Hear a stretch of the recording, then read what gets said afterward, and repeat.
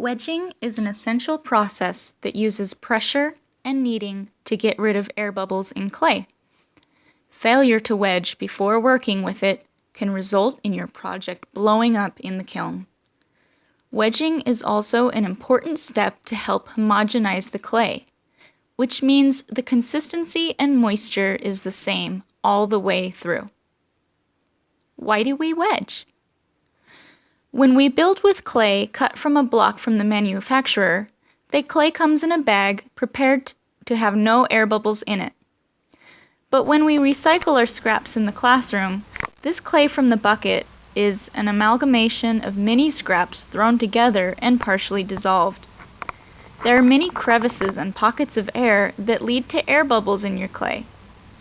Air bubbles can doom your project when it goes in the kiln. Here's the science behind why air bubbles are bad. We know that when water gets hot, it turns to steam. If clay has a space inside of it, this pocket is filled with air and moisture. When we fire things in the kiln, we heat our projects up to extreme temperatures. This heat adds energy to those air and water molecules, which in turn spread out and move around. The pressure increases inside the clay as the water turns into steam until, bang, the project explodes. An explosion in the kiln is not only bad for your project, which is now ruined, it's also bad for your neighbor's projects, which may be destroyed or damaged by the flying debris. It can also damage the inside of the kiln. Discovering the problem.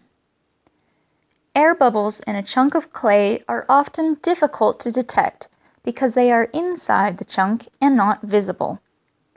Most frequently, they are discovered when rolling the clay out into a slab.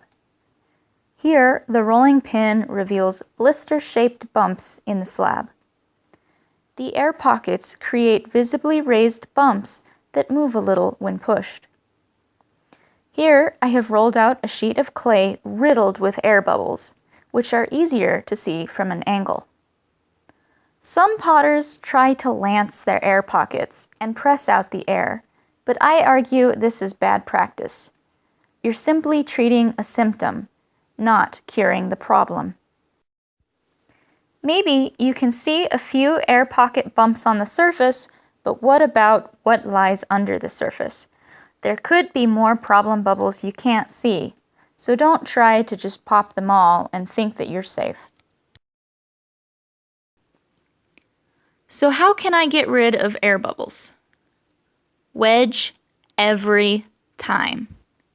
Unless your clay is cut right off the block, wedge your clay, no matter how small. How to wedge clay? There are many different techniques for wedging. One is called the ram's head technique. It rocks the clay towards your body and then down while cupping the clay between your hands. It creates a signature face shape with a spiral on the side for a horn. Another method is the spiral technique. It rotates and presses the clay between the hands in two positions. It is really good for wedging large quantities of clay. A third technique is called the stack and slam method. Potters cut clay into slices and slam them together with brute force to bond the pieces without air between. This method can be very noisy. A fourth technique is called tamping. I personally like this method because it takes less arm and wrist strength. This method is better for smaller amounts of clay because less clay takes less time and less force.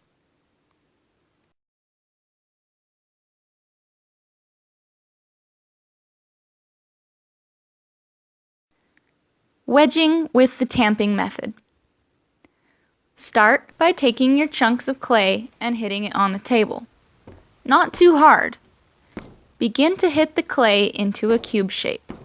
Stay close to the table, within 6 inches, so you don't make a loud slapping sound as the clay contacts the table. Once you have hit the clay into a rough cube or rectangular prism, keep turning the clay to hit it on another side. It may develop some ugly wrinkles on the outside, but the inside of the clay is compacting firmly and pressing bubbles out towards the exterior. Force is more important than keeping the cube shape. If you want to hit the clay on the corners, you can. Continue to firmly smack the clay against the countertop. Imagine air bubbles at the center of the clay slowly working their way outward until they break the surface. Sometimes you can even see this happen as air pockets bust open. I recommend doing this for a minimum of 5 minutes for a baseball-sized chunk of clay. When first learning how to tamp and how long you should tamp a block of clay, it's hard to know when it's ready. You can easily check this by cutting through the block with a wire tool. A few slices should reveal if you had any air pockets lurking inside the clay. Here you can see several small pockets of air within my clay. Several cuts reveal this.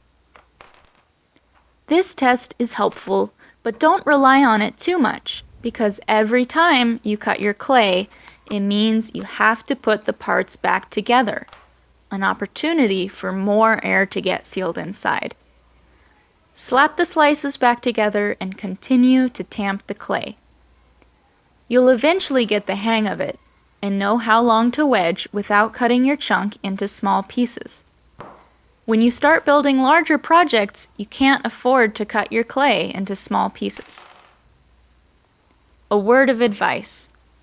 Some students learning the tamping method forget to hit the opposite ends and their clay becomes very long.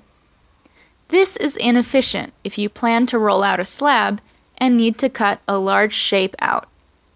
This tamped rectangle will only be good for narrow shapes. For this reason, sometimes it is good to tamp a cube and then use your hands to slap it into a ball. Clay spheres also hold their moisture much better for storage between uses.